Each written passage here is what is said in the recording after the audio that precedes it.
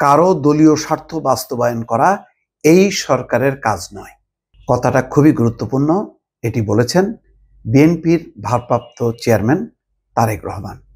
কথাটা ইঙ্গিতপূর্ণ এবং তাৎপর্যপূর্ণ। দর্শক, তার মানে একটা রাজনৈতিক সংকটের মধ্য দিয়ে আমরা যে যাচ্ছি এবং একটা ক্রান্তিকাল বলা যায়, সেটি এই বক্তব্যের মধ্য দিয়ে পরিষ্কার হলো। তার মানে একটা জামাতের দিক থেকে চাপ, অন্যদিকে বিএনপির দিক থেকে চাপ। এই চাপের মধ্য দিয়ে সবাই মনে করছে যেমন জামাত ঠেলে দিচ্ছে সরকারকে, যে বিএনপির স্বার্থ রক্ষা করছে। বিএনপি বলছে যে না, এটা জামাতের স্বার্থ রক্ষা করা হচ্ছে, এবং সেই কারণেই কিন্তু বলা হচ্ছে যে কারো দলীয় স্বার্থ বাস্তবায়ন করা এই সরকারের কাজ নয়। এখানে পক্ষ আসলে দুইটা, বিএনপি আর জামাত। অল্প কিছু আছে মানে ভাগিদার, সেটা হচ্ছে এনসিপি, কিন্তু এনসিপি এই মুহূর্তে আর খুব বেশি প্রাসঙ্গিক না। তারেক রহমান বলছেন অবশ্যই কারো দলীয় স্বার্থ বাস্তবায়ন করা এই সরকারের কাজ নেই। এই কথাগুলি আসছে দর্শক নানা রাজনৈতিক ঘটনা প্রবাহের কারণে। হিন্দু প্রতিনিধি সম্মেলন 2005-এর প্রধান এই অনুষ্ঠানের প্রধান অতিথির বক্তব্যে লন্ডন থেকে ভার্চুয়ালি যুক্ত হয়ে তিনি কথা বলছেন। তিনি আরো বলছেন যে দেশ অস্থিতিশীল হলে পরাজিত পলাতক ফ্যাসিবাদী অপশক্তির পুনর্বাসনের পথ সুগম হতে পারে। এই প্রসঙ্গে সরকারকে গুপ্ত রাজনীতি সম্পর্কে সজাগ থাকার আহ্বান জানান। গুপ্ত রাজনীতি সম্পর্কে সজাগ থাকার আহ্বান জানান, এটাও কিন্তু খুবই ইঙ্গিতপূর্ণ। এবং সাম্প্রতিক সময় গুপ্ত রাজনীতি নিয়ে নানা রকম কথাবার্তা হচ্ছে, এবং অবশ্যই কোন দলকে উদ্দেশ্য করে এই কথাগুলি উচ্চারিত হচ্ছে এখন আপনারা বুঝতে পারছেন। বিএনপির ভারপ্রাপ্ত চেয়ারম্যান বলেন, ফ্যাসিবাদী শাসনামলে ফ্যাসিবাদের রোষানল থেকে বাঁচতে ফ্যাসিবাদ বিরোধীদের কেউ কেউ গুপ্ত কৌশল অবলম্বন করেছিল। খেয়াল করেন, আবার বলি, ফ্যাসিবাদী শাসনামলে ফ্যাসিবাদের রোষানল থেকে বাঁচতে ফ্যাসিবাদ বিরোধীদের কেউ কেউ গুপ্ত কৌশল অবলম্বন করেছিল। এটাও পরিষ্কার, শুধু নামটা উল্লেখ করেননি তারেক রহমান, কিন্তু বুঝতে মানে কারোরই বাকি নেই যে এটা জামাত ইসলামীর উদ্দেশ্যেই এই বক্তব্যগুলো বলা হচ্ছে বা দেয়া হচ্ছে।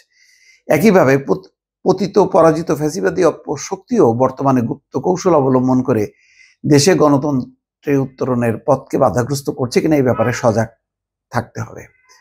অর্থাৎ পরাজিত ফ্যাসিবাদী শক্তিও এখন গুপ্ত কৌশল অবলম্বন করছে।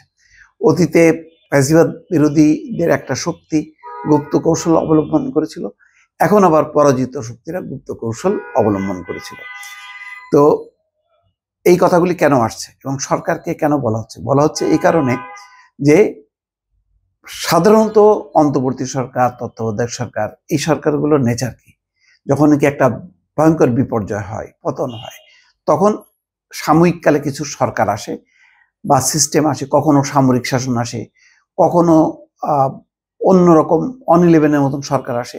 তো সেই সরকারগুলো আসলে কাজ কি? যেমন অন-11-এর সময় তাদের একটা গুপ্ত আকাঙ্ক্ষা ছিল যে একটা ভিন্ন একটা রাজনৈতিক দল করবে, আওয়ামী লীগ বিএনপি, মানে -2 ফর্মুলা। তো সেটা ব্যর্থ হয়েছে।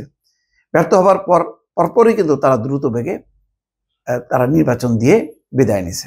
এটাও একটা আপোষের মধ্য দিয়ে আওয়ামী লীগের সঙ্গে, এটা বলার অপেক্ষা রাখে না। তো এখন যে পরিস্থিতিটা, যে এই সরকারের প্রধান কাজ হচ্ছে নির্বাচন করা, ইন দ্য মিন টাইম তার অতিরিক্ত কিছু কাজ গুরুত্বপূর্ণ, সেটা হচ্ছে বিচার এবং সংস্কারের ব্যাপারে একটা ঐক্যমত হয়েছে। জুলাই সনদ স্বাক্ষরিত হয়েছে জাতীয় সংসদ ভবনের দক্ষিণ প্লাজায়। এটা একটা ঐতিহাসিক একটা কমিটমেন্ট, রাজনৈতিক কমিটমেন্ট।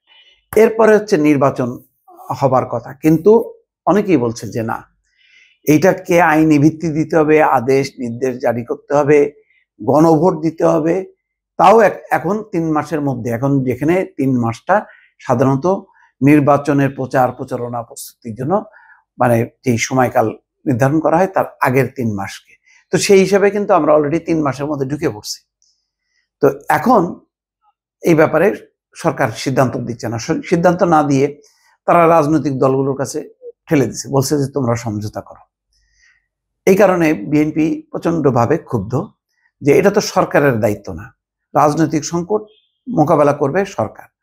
সবার সাথেই আলাপ আলোচনা হয়েছে, জুলাই সনদ স্বাক্ষরিত হয়েছে। এখন তো এটা বাস্তবায়নের জন্যই দ্রুত বেগে নির্বাচন দেবে। দরকার হয় নির্বাচনটা ফেব্রুয়ারি থেকে আগায় এনে জানুয়ারিতে করা উচিত, এটা অনেকে মনে করছেন। তো সেখানে সরকার এখন চুপচাপ বসে আছে। 7 দিনের আলটিমেটাম, সোমবার শেষ হয়ে যাবে, তারপর কি হবে? বিএনপি তো আলোচনা করবে না। তাহলে কি জামাতের কথা শুনে এখন ওই বাস্তবায়ন প্রক্রিয়ায় আইনি ভিত্তি দেওয়া শুরু করবে? সেটা যদি দেওয়া হয় তাহলে তো একটা সাংবিধানিক সংকট শুরু হবে, বিএনপি মনে করছে। আবার গণভোট করতে গেলে জাতীয় নির্বাচনে যে ফোকাস সেখান থেকে সরে আসবে। এই কারণেই তারেক রহমান বলছেন যে অন্তর্বর্তী সরকার বা এই সরকারের দায়িত্ব না যে কোনো দলের উদ্দেশ্য তাদের যে স্বার্থ বাস্তবায়ন করা। দর্শক।